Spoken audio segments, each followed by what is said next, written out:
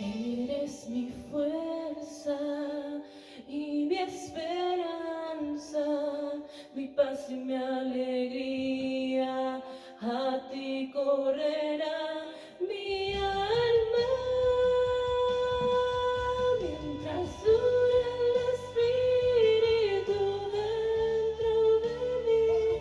Madrugaré a buscarte, madrugaré a buscarte, mientras dure el Espíritu dentro de mí. Madrugaré a buscarte, madrugaré a buscarte, mientras dure el Espíritu dentro de mí. Madrugaré a buscarte, madrugaré a buscarte, mientras dure el Espíritu dentro de mí. Madrugaré a buscarte, madrugaré a buscarte.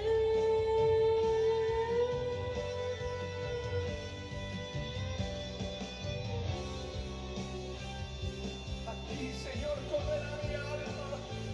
Cuando persigue tu presencia detrás tuyo quiero correr.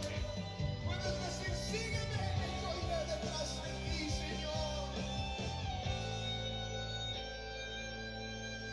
Eres mi fuerza y mi esperanza, mi paz y mi alegría. A ti correrá mi alma mientras dure el Espíritu dentro de mí. Madrugaré a buscarte, madrugaré a buscarte, mientras dure el Espíritu dentro de mí. Madrugaré a buscarte, madrugaré a buscarte, mientras dure el Espíritu dentro de mí. Madrugaré a buscarte, madrugaré a buscarte, mientras dure el Espíritu dentro de mí. Madrugaré a buscarte, madrugaré a buscarte.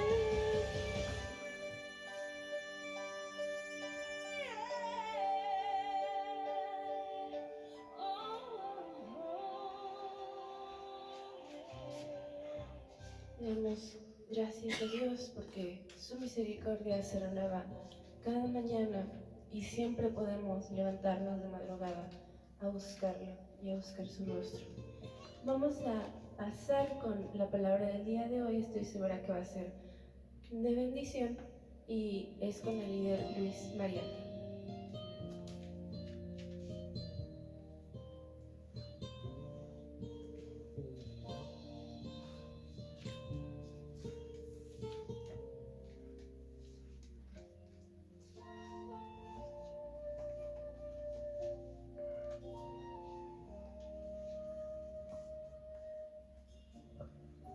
Te mando un saludo afectuoso de parte de Orlando, Renovando Familias, de todos los que participamos. Hoy tenemos esta palabra de parte de Dios. Vamos a platicar con Dios, vamos a pedirle que Él nos hable, que Él sea el que ponga en cada uno de nuestros corazones la palabra que provenga de lo alto, que fortalezca, que alimente, que traiga paz a nuestro corazón. Señor, te damos a ti la honra y la gloria. Te ruego, Padre eterno, que tú nos hables y que por medio de esa palabra, cada uno de los que está escuchando, Señor, de los que se encuentran en la red, Señor, con esta plática, que puedan experimentar un toque especial de tu Espíritu Santo. En el nombre de Jesús. Amén. Vamos a entrar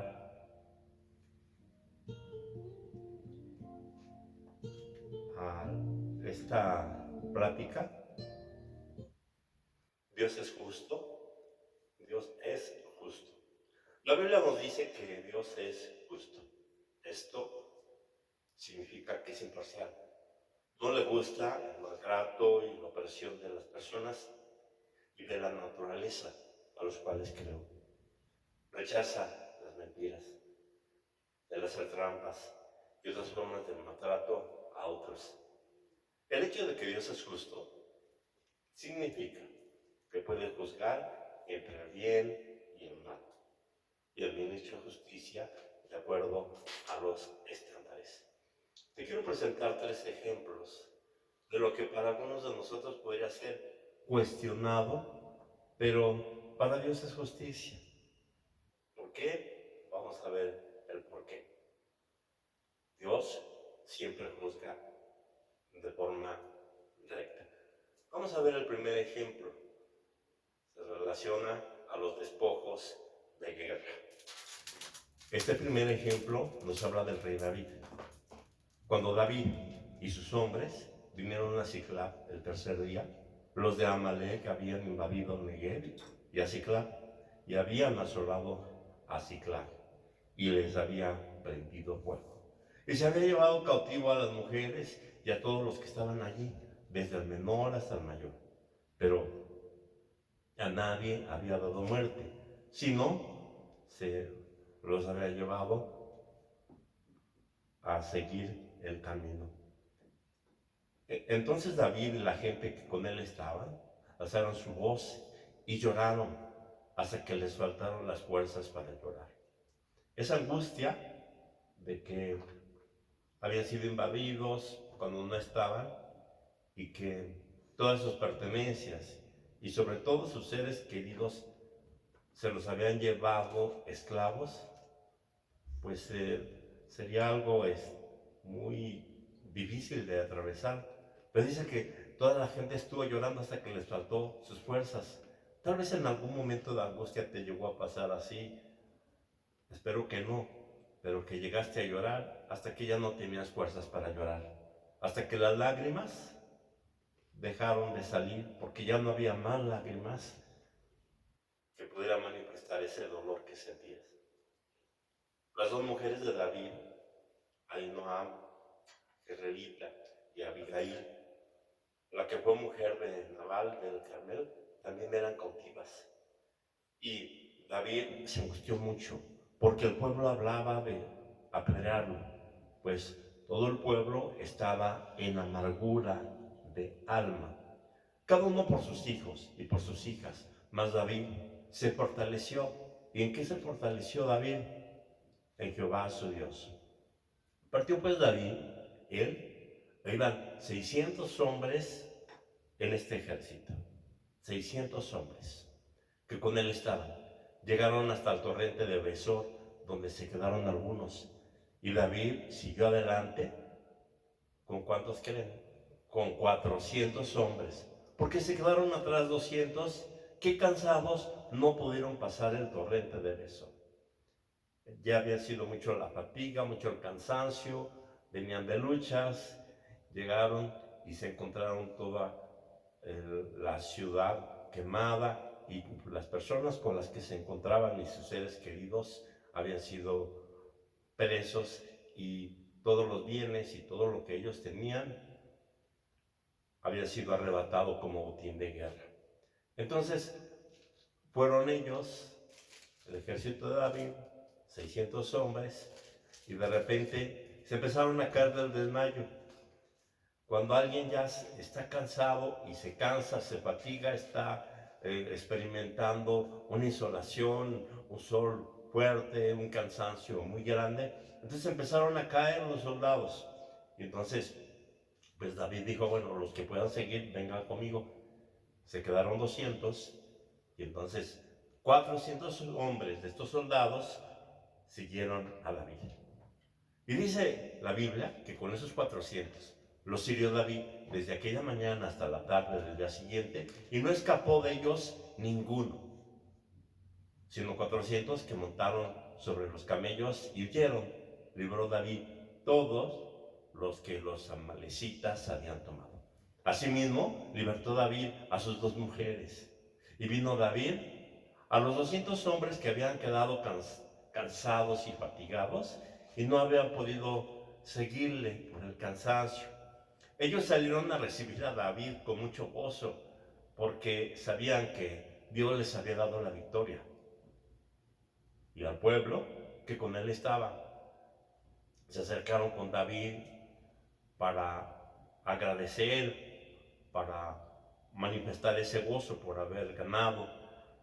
Y cuando vieron a la gente que había sido, pues en este caso, cautiva, y las pertenencias, que todo y nada hacía falta, sino todas las cosas pudieron recobrarlas nuevamente, pues se llenaron de gozo.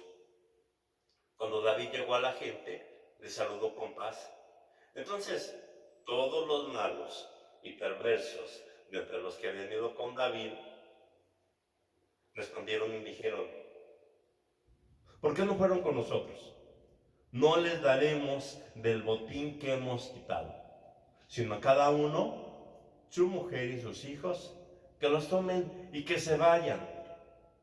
Era un pequeño grupo de esos 400 hombres malos y perversos que se molestaron por los 200 que se habían quedado. Este es el primer ejemplo que te doy. David dijo: no hagáis eso, hermanos míos, de lo que nos ha dado Jehová, que nos ha guardado y entregado a nuestras manos a los merodeadores, y vinieron contra nosotros. ¿Y quién os escuchará en este caso? Porque conforme a la parte del que descienda a la batalla, así ha de ser la parte del que queda en el bagaje. Les tocará parte igual. Desde aquel día en adelante fue esto por ley y ordenanza en Israel hasta hoy. Te quiero explicar algo de una forma cotidiana. No tiene que ver con guerra, pero sí con una situación deportiva. Cuando hay un campeonato de fútbol, el número de jugadores que hay en la cancha y el número de jugadores que hay en la banca son similares. A veces un poco menos, a veces un poco más. Pero cuando el partido llega a ganar y es campeón, en este caso, aunque no hayan participado, y todos los que están en la banca, ¿qué llegan a decir? Ahora somos campeones. Es algo que se les otorga por ser parte de un mismo equipo, por ser parte de un mismo club. No se les dice: solamente son campeones y van a recibir medalla los que estuvieron en el campo, pero todos los demás no participaron, entonces no se les puede compartir una medalla, sino que todos son premiados. En este ejemplo, te puedo decir que David, con sus hombres, cuando vieron a estos hombres malvados y perversos que dijeron: no les vamos a compartir a los 200 que no nos acompañaron, David se molestó. Se molestó de tal manera que dijo: bueno, ¿quién es el que hace que ganemos las batallas? ¿Quién es el que está con nosotros? La gente se quedó callada y entonces dijo: no va a ser así. A los 200 que no fueron, se les va a dar también partes iguales a todos los 400 que sí fueron. Y desde aquel día en adelante fue esto hecho por ley y ordenanza en Israel. Aquí quisiera preguntarte como un interrogante: ¿qué hubiéramos hecho? Nosotros regresamos ya cansados, fatigados de una lucha, de una situación de mucha angustia y de mucho estrés y mucho cansancio, de 200 que no pudieron ir, se gozan y se alegran, y tengo que compartir con esos 200 que no estuvieron presentes ese botín de guerra. ¿Qué piensas? David habla de que hubo un pequeño grupo de esos 400 malvados y perversos que no querían dar nada a los 200 que se quedaron. Y tal vez para nosotros parecería algo justo de decir: bueno, pues ellos no estuvieron, pues que no se les dé nada de botín de guerra. pero sin embargo eran parte de un mismo equipo, eran parte de un mismo ejército, del ejército de Dios viviente. Así es que este es uno de los casos donde tal vez podría cuestionarse y decir, pues ¿cómo sería posible ahí si no participan y no hacen nada? Yo lo que llevó a pensar también como interrogante es de que para nosotros la porción que nos tocaría, en este caso, cuando hay un equipo que es campeón, toda la banca es premiada, pero también toda la visión llega a decir, somos campeones. ¿Pero esa visión que participó? ¿O qué hizo? ¿En qué se esforzó? Algunos en una sala viendo solamente el partido, otros estando en el estadio pegando gritos, pero ¿qué pueden decir si no hicieron nada? Por supuesto que son parte de una visión y por eso se consideran que son campeones. Entonces, así, David y su ejército, 400, más esos 200 que no fueron, más todo el pueblo, ganaron una batalla. Fue una batalla grande. Así que la forma cuestionable podría ser esa, directa. ¿Por qué los 200 no? Podría ser justo decir, es que esos 200 no participaron. Pero desde el ángulo de Dios, Él ve las cosas de otra forma. Hay algo muy hermoso que puedo recordar de un pasaje de la Biblia que dice, cree en el Señor Jesús y ¿quién será salvo? Tú que has creído, tú que te esfuerzas, pero también será salva tu casa. Y eso incluye a todos los tuyos. Qué bendición tan grande de parte de Dios. Ese es un ejemplo, son 3 los que te quiero mencionar. El segundo ejemplo tiene que ver con la parábola de los trabajadores del viñedo. Ese segundo ejemplo habla de lo siguiente. El reino de los cielos es como un propietario que salió temprano por la mañana con el fin de contratar trabajadores para su viñedo. Acordó pagar el salario normal de un día de trabajo y los envió a trabajar. Y mira cómo fue contratando. A las 9 de la mañana, cuando pasaba por la plaza, vio algunas personas que estaban allí sin hacer nada. Entonces les contrató y les dijo que al final del día les pagaría lo que fuera justo. Así que fueron a trabajar al viñedo. El propietario hizo lo mismo a mediodía, a las 3 de la tarde también y a las 5 de la tarde. Entonces aquí te quiero mencionar que contrató a personas a las 9 de la mañana, a las 12 del día, a las 3 de la tarde y a las 5 de la tarde. La jornada terminaba a las 6. A las 5 de la tarde se encontraba nuevamente en la ciudad y vio a otros que estaban allí y les preguntó, ¿por qué ustedes no trabajaron hoy? Ellos contestaron, es que estamos porque nadie nos ha contratado. El propietario les dijo, entonces vayan y únanse a los otros en mi viñedo. Aquella noche le dijo el capataz que llamara a los trabajadores y les pagara, comenzando por los últimos que había contratado. ¿Quiénes eran los últimos que había contratado?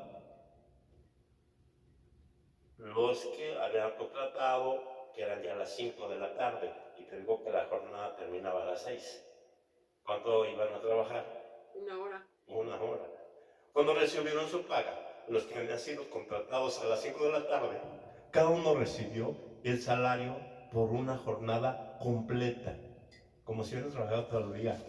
Muchos trabajadores pues dirían, uy, el que pudiera tener ese favor no estaría mal, ¿verdad? Que tú nada más llegaras 1 hora y te dijera, te vamos a pagar todo el día y ya puedes regresarte.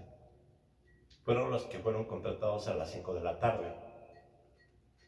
Cuando los que habían sido contratados primero, ¿a qué horas fueron los que fueron contratados primero?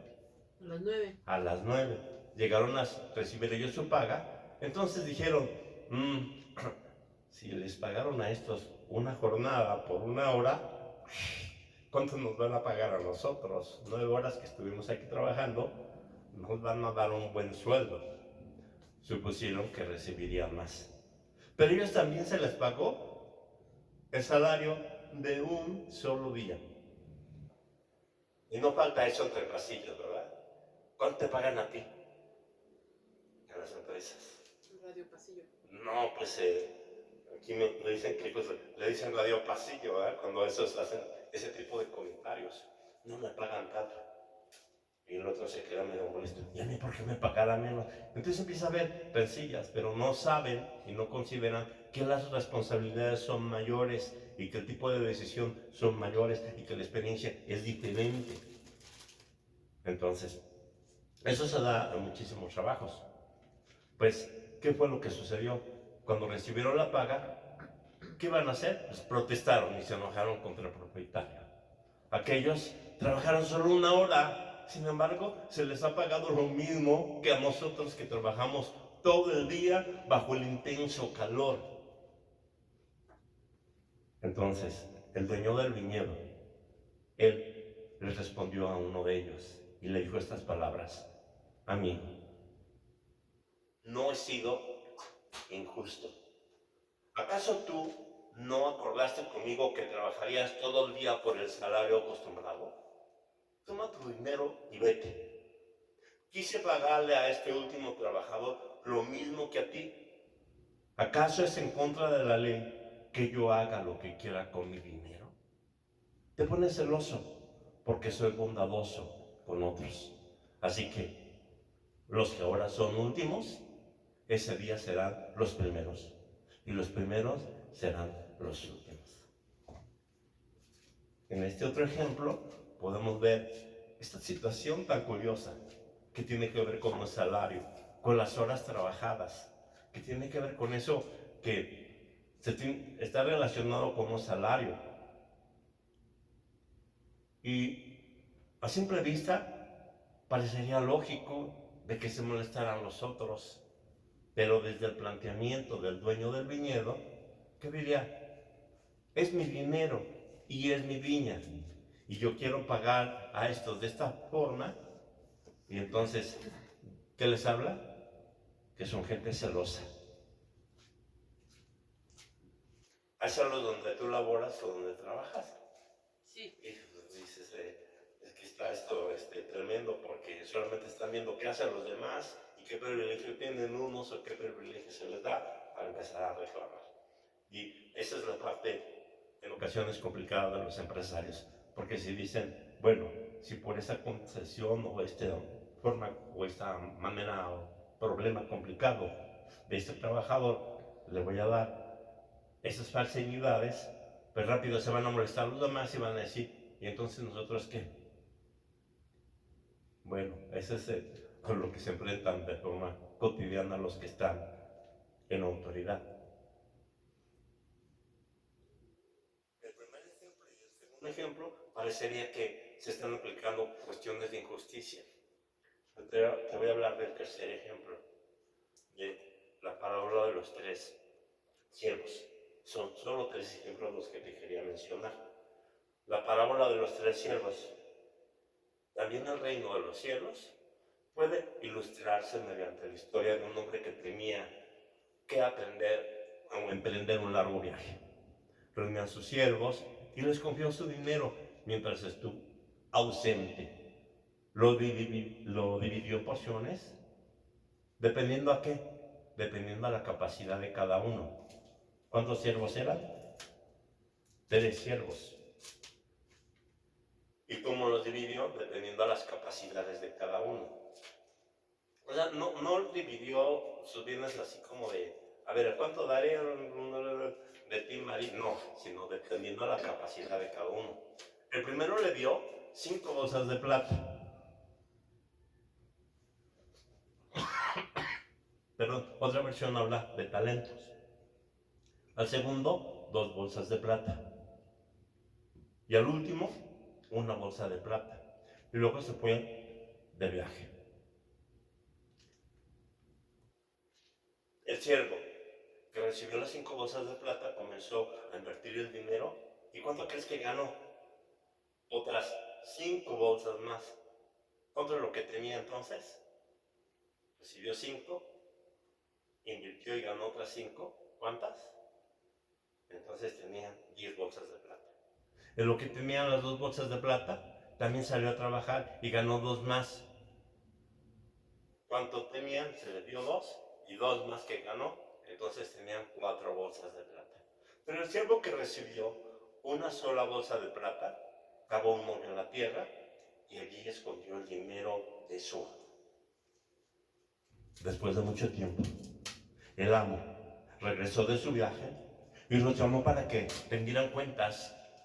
Les dijo: a ver, vengan ustedes 3. ¿Qué hicieron con mi dinero? Entonces les pidió y les rindió cuentas de cómo habían usado este dinero. El siervo, el cual le había confiado 5 bolsas de plata, se presentó con 5 más y dijo: amo, usted me dio 5 bolsas de plata para invertir y he ganado 5 más. El amo, ¿qué hizo? ¿Se molestó? No, lo llenó de elogios. Bien hecho, mi buen siervo fiel. Has sido fiel en administrar esta pequeña cantidad.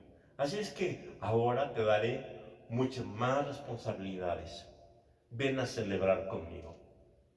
Se presentó el siervo que había recibido las 2 bolsas de plata y dijo: amo, usted me dio 2 bolsas de plata para invertir y he ganado 2 más. El amo dijo: bien hecho, mi buen siervo fiel. Bien hecho en administrar esta pequeña cantidad. Así que ahora te daré mucho más responsabilidades. Ven a celebrar conmigo. Por último, se presentó el siervo que tenía una sola bolsa de plata. Y dijo: amo, yo sabía que usted era un hombre severo, que cosecha donde no sembró, recoge las cosechas que no cultiva. Tenía miedo de perder su dinero, así es que escondió en la tierra. Mire, aquí está su dinero de vuelta. Ya, lléveselo, casi le dice. Pero el amo le respondió: siervo perverso y perezoso.